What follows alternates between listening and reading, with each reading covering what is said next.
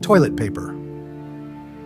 The official histories slobber over the industrial warlords. Rockefeller with his hands slicked in crude, Carnegie hurling steel like a gambler with a death wish, Edison electrocuting circus animals just to win a pissing match. While these titans were busy carving their names into the country's bones, somewhere in the nicotine-stained underbelly, Seth Wheeler was hunched over, assembling the real engine of civilization, one roll at a time. This is not a joke. Wheeler didn't so much arrive as claw his way into 1838, materializing in Chatham, New York. He was the archetype of the Yankee tinkerer, nosy, stubborn, and just deranged enough to jab at the universe until it spat out something barely functional. Revolution? Disruption? He couldn't care less. Out of that twitchy, obsessive itch came one of history's most decadent luxuries, toilet paper, on a roll. He was raised in the metallic racket of Wheeler, Malick & Company, his father's machinery madhouse, a cathedral to American nerve, powered by the Erie Canal and enough coffee to kill a horse.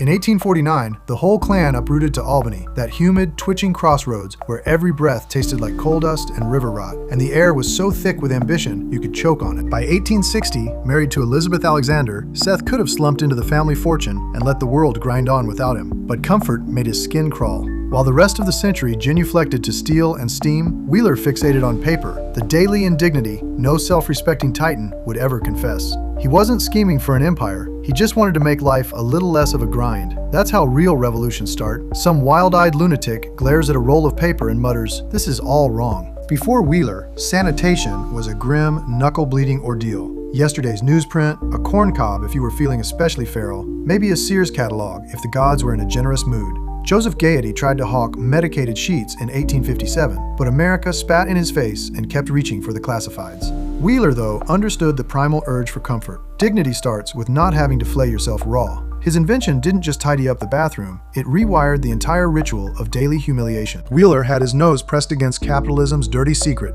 Comfort wins as long as it works. In 1871, he stamped his name on a patent for a machine that spat out perforated, rolled paper, the original scroll for every toilet roll to follow. This wasn't just a gadget, it was a shot fired for personal liberty, right there in the porcelain bunker. He didn't whimper, beg, or grease palms. He just built the thing people didn't even know they were starving for. No handouts, no press releases, just raw invention from a mind that couldn't sit still. At the helm of the rolled wrapping paper company, which mutated into the Albany Perforated Wrapping Paper Company, his factories ground and howled like the exposed guts of civilization. He wasn't just hawking paper, he was selling redemption, one sheet at a time, to a nation desperate for a little dignity. Naturally, the scavengers came crawling out of the woodwork. Copycats gnawed at his patents like rats in a grain sack, but Wheeler dug in with the wild-eyed fury of a man defending the last outpost of civilization from the barbarians. For him, property rights weren't just about money, they were a holy war. The right to invent, to profit, to claw something new out of the void was sacred. He fought like heck to keep it that way, teeth bared and eyes wild. By the 1890s, his invention had metastasized. Over 100 factories churning out comfort for the world's collective backside. But progress always leaves a trail of wreckage. Forests toppled, doomsayers shrieked, and Wheeler just grinned like a man who'd stared into the abyss and decided to build a bridge over it.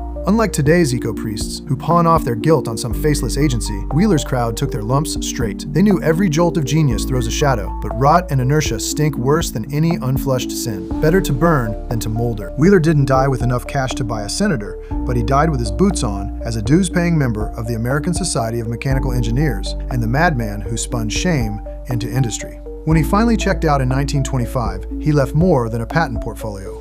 Now, in a world where every gadget snitches to some data gulag in Nevada, and innovation means filling out paperwork for a committee of sleepwalkers, Wheeler's ghost still rattles around the workshop, howling at the fluorescent lights. He hisses, "Just build the darn thing. Don't wait for permission. Don't ask." Wheeler never asked for a hall pass. He didn't need a committee or a permission slip. He saw a problem, fixed it, and vanished, leaving behind a legacy that binds every American household in a daily, unspoken ritual of survival and grace. So next time you unspool a few sheets, tip your hat to Seth Wheeler, outlaw laureate of practicality, mad bard of perforation, and living proof that freedom isn't hammered out in boardrooms or cubicles. It's born in the stubborn, twitching mind left alone to scheme.